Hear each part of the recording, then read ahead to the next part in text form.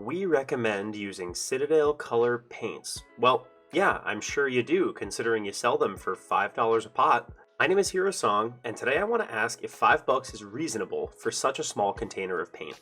Are all miniature paints overpriced? Why do we even use high-end miniature paints? Is there a benefit to them beyond other acrylics? Well, let's find out. I think the best way to answer this question is to compare Citadel paints directly to the absolute cheapest paint that I could find, which I got at a big box store for something like 58 cents a bottle. The really cheap brand didn't have metallics, so I had to buy $2 bottles of gold and silver from a slightly better brand. It was hard to believe when I realized that these 2 pots of Citadel paint cost the same as all of this. I spent around $10 to get all these colors of this cheapo brand paint. To get Citadel versions of all these colors cost $47.05 plus tax, so let's call it about $50. That is an outrageous difference. Citadel paint is 5 times more expensive by pot, and these bottles are way bigger, so by volume, as in price per milliliter, Citadel paint is around 24 times more expensive.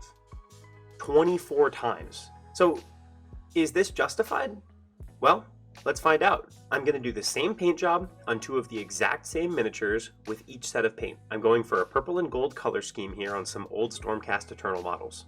I'll start off each model by painting a base coat of a light brown on the hardest to reach areas, and as I do, let's talk about my rules for this project. First off, I use the same primer for each model since I care about the paint, not the primer.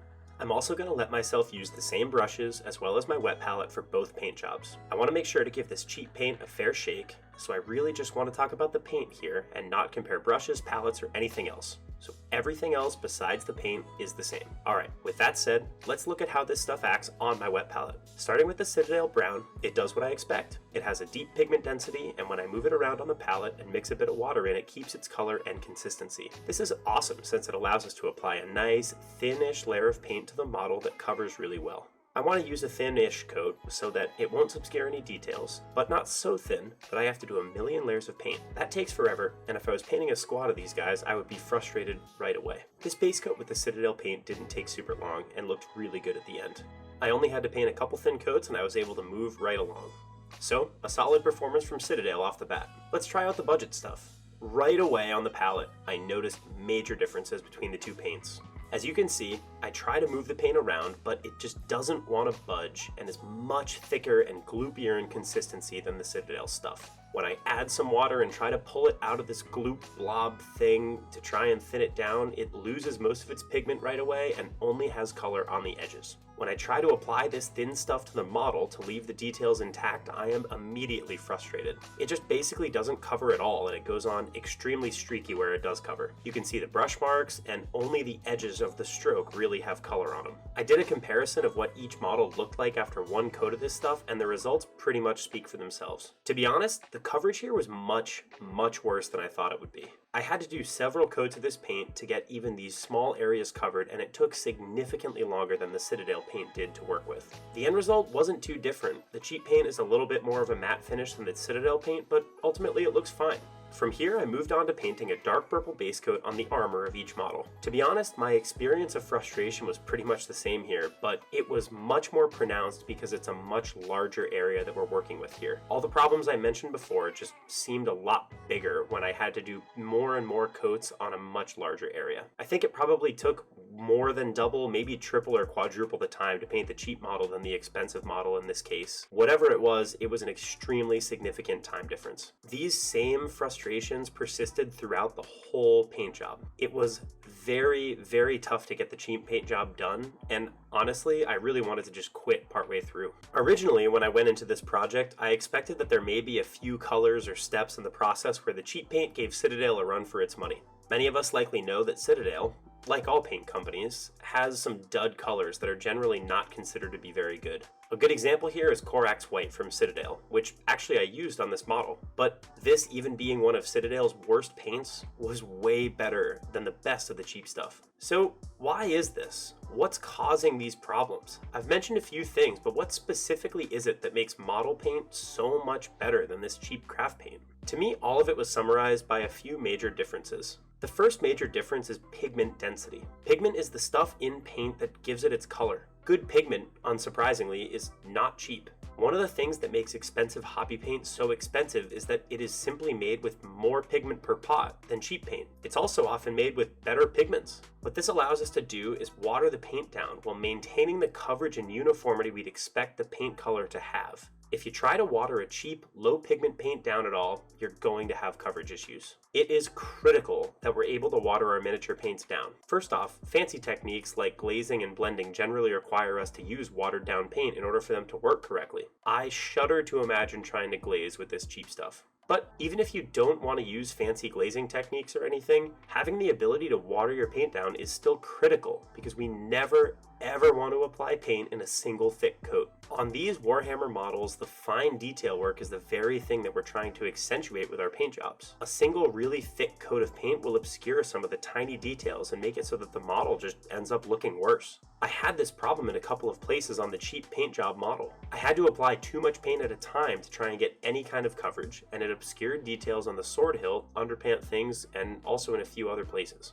And speaking of being able to thin paint, let's go to the major difference number 2, which is our paint consistency. Paint consistency is the way that paint flows as it comes off of our brush. Making paint isn't as simple as chucking pigment into water. That's more like what an ink is. If we tried to paint our models exclusively with ink rather than paint, the ink would pretty much just run off and not give us any kind of coverage whatsoever. Paints are made by putting pigment into something called a medium, which contains binding agents that are going to hold things together a bit and make sure that the pigment density stays consistent across the paint as it gets spread around. And yes, okay, before you go yell at me in the comments, I'm aware that ink also has binding agents in it. I do love ink. I use it on models. Not trying to say anything bad about it. I'm actually making a whole video about inks. That's coming soon. Anyway, our medium also can't be too thick or the paint will come off our brush in thick blobs, which is obviously also not what we want. A good paint medium needs to straddle this line, keeping things held together while also allowing them to flow nicely too. Oh, and just to make things more difficult, it also needs to be able to do all of this while actively being watered down, as we discussed before. These cheap paints are just made with crappy mediums. They didn't want to flow at all off my brush. They just wanted to stay completely clumped together.